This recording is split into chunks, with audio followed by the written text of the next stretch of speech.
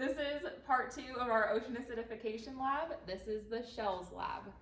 So most important, we need to mass our shell before we get started. And then we're gonna place it in a different type of solution. So I'm gonna be working with the control solution. And so this will have 150 milliliters of salt water, just regular salt water. And then we'll place it in here overnight and mass it again. Before we do that, you have to have the initial mass, okay? So here we go. You're gonna make sure we're teared here. The initial mass for the control shell is, I'm gonna record that, 6.83 grams. I'm gonna put 6.8 grams. I'm gonna take that out. Add my solution, 150 milliliters to cover the shell of the control solution. This is just salt water. Make sure it's covered. Fleming, is that covered all the way? It looks yes, beautiful. Beautiful. Now we're set. We'll mass it tomorrow. All right, and I'm gonna do the same thing that Miss Harrington just did, except that instead of putting my shell into regular salt water, after I get the mass of it, I'm going to put it into acidic salt water. So here we go, all nice and teared.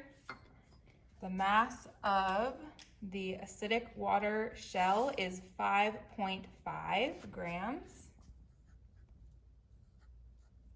which Miss Harrington has recorded for us. Now this shell that I just took the mass of is going into a different beaker labeled acidic water, and I'm going to put 100 milliliters of acidic salt water to cover the shell. I think I did 150. Oh, did I say 100? 150. 150.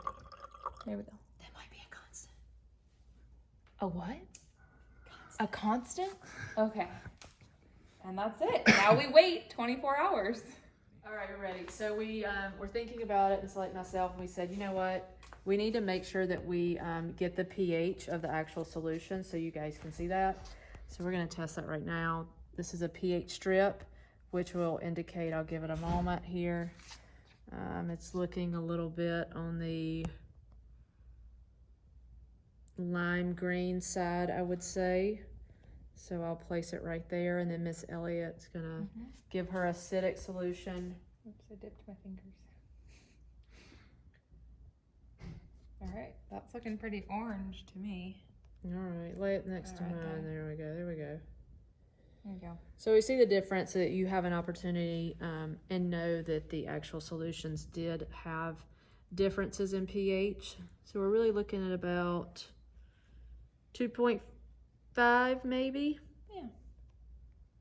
5.5. So not a huge difference in pH, but it does make a difference in our experiment.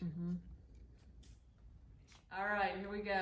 Shells lab after 24 hours. So myself and Miss Elliott, we're going to pour out the solution, and then we'll go through the process of drying these mussels off and getting them ready for the scale. And you can watch us just so you see. We want to dry them off as best we can. I had the control. Got the acidic water shells over here. Why do you dry them off? We don't want any excess water on them, and we want to get the true mass of these shells after 24 hours of being in the control solution, and then the lower pH acidic solution that Miss Elliott has over there. So we want to weigh the shells, not the water. Trying to be very gentle over here. Look at this. So gentle. And look at, we only needed one. I know. I am a little excessive with the number of paper towels that I had initially for this. Okay, let me get my setup. So this will be the final mass. Yesterday was the initial mass.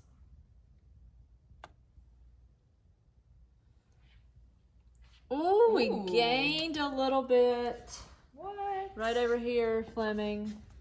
6.9. 6.9. Took on a little water. We have an increase here. 6.9 grams. All right. Let's see what mine did. So here's our acidic saltwater shells. Make sure we're good. And 5.1. Woo! Decrease in mass, folks. 5.1. Now, you're going to figure out the percent change in mass here. Elliot, we're going to teach them that, right? Yep. So here's what's important. We had our control with an increase in mass. Here's our initial. Here's our final today. Elliot's acidic solution with the shell started off at 5.5. With its initial, it dropped 0.4, so now we're at 5.1 grams. It lost mass. Super important.